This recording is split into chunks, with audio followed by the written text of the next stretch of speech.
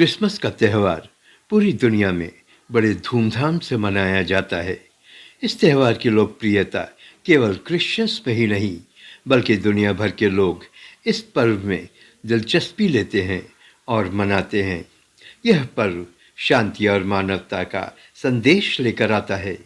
यह पर्व बुराई पर अच्छाई की जीत को दर्शाता है। क्रिसमस का ये त्यौहार जीसस क्राइस्ट से जुड़ा है। माना जाता है कि जीसस क्राइस्ट का जन्म 25 दिसंबर को हुआ था। जीसस क्राइस्ट को ईश्वर का पुत्र माना जाता है। कहा जाता है कि जीसस क्राइस्ट इस दुनिया में संसार को प्रेम, क्षमा, सेवा और त्याग का मार्ग दिखाया। क्या आप जानते हैं कि पहली बार क्रिसमस कब मनाया गया था? जीसस क्राइस्ट के जन्म के बारे में बाइबल में सही जिक्र नहीं है, या यूँ कहिए कि जीसस क्राइस्ट के जन्म के बारे में किसी को कोई जानकारी नहीं है। 25 दिसंबर को इस पर्व को मनाने की खास वजह यह है कि रोमन साम्राज्य में 25 दिसंबर को सूर्यदेव से जुड़े एक पर्व के रूप में मनाया जाता था। यह वह समय होता है जब दिन रात से बड़ा होने लगता है।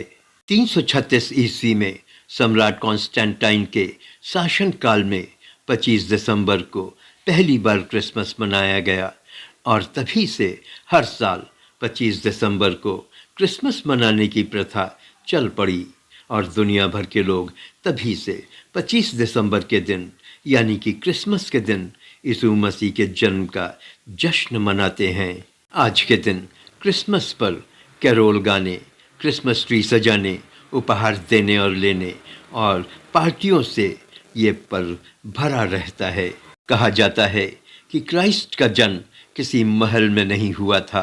उनका जन्म जानवरों के बीच अस्तबल में खुले आसमान के नीचे हुआ था। यीशु ने उत्पीड़न, अकेलापन, दुख, भूख, क्रोध और बहुत कुछ सहा। क्रिसमस का त्यौहार हमें बताता है कि तुम अकेले नहीं हो, तुम्हारे साथ तुम्हारा परमेश्वर है। तुम्हें हर परेशानी से वो निकाल लेगा, इसलिए तुम्हें आनंदित रहना चाहिए। सांता क्लॉज क्रिसमस से जुड़ी एक लोकप्रिय पौराणिक शख्सियत है, जैसे क्रिसमस पर बच्चों के लिए उपहार लाने के साथ जोड़ा जाता है। आइए क्रिसमस त्यौहार के कुछ फैक्ट्स के बारे में जानते हैं। जीसस क्राइस्ट को ईश्वर का पुत्र माना जाता है और उनका जन्मदिन 25 दिसंबर को हर साल मनाया जाता है। वैसे क्राइस्ट के जन्म का सही तारीख किसी को नहीं पता है। 25 दिसंबर को रोमन कैथोलिक ने यीशु के जन्मदिन के रूप में मनाने के लिए चुना था। आपको बता दें कि यीशु मसीह का जन्म सिर्फ 25 दिसंबर को ही नहीं मनाया जाता है। रशिया के रूढ़िवादी ईसाई क्रिसमस को 7 जनवरी को मनाते हैं। विक्टोरियन ब्रिटेन में क्रिसमस ट्री बहुत लोकप्रिय हुआ, लेकिन यह 16 शताब्दी में जर्मनी में देखा गया था, जो बाद में पूरी दुनिया में प्रचलित हो गया। हर साल नॉर्वे लंदन में एक खूबसूरत क्रिसमस ट्री भेजता है। इस ट्री को ट्रफालगर स्क्वायर में रोशनी से सजाया जाता है। 20 मीटर ऊंचा यह शानदार पेड़ सेकेंड वर्ल्ड वॉर के दौरान ब्रिटेन द्वारा नॉर्वे को दी गई सहायता के लिए आभार व्यक्त करने के तौर पर यह उपहार भेजता है। सांता क्लॉज के अलावा दुनिया में और भी पात्र हैं जो बच्चों को खिलौना वगैरह बांटते हैं। जैसे इटली में ला बेफना नाम की एक दयालु चुड़ैल झाड़ू पर सवार होकर बच्चों को खिलौना बांटने आती है। इसी तरह आइसलैंड में जूते रखने की परंपरा है। जिंगल बेल्स गाना बहुत लोकप्रिय है, लेकिन यह गाना बेसिकली क्रिसमस का गाना नहीं था।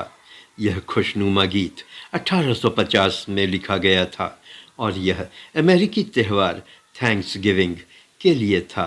क्रिसमस के मौके पर सबसे रोमांचक चीज़ों में से एक है ढेर सारा खाना खाना।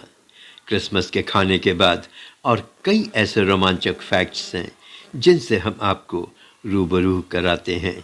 मिन्स पाई पहले गोमांस के कीमे से बनता था।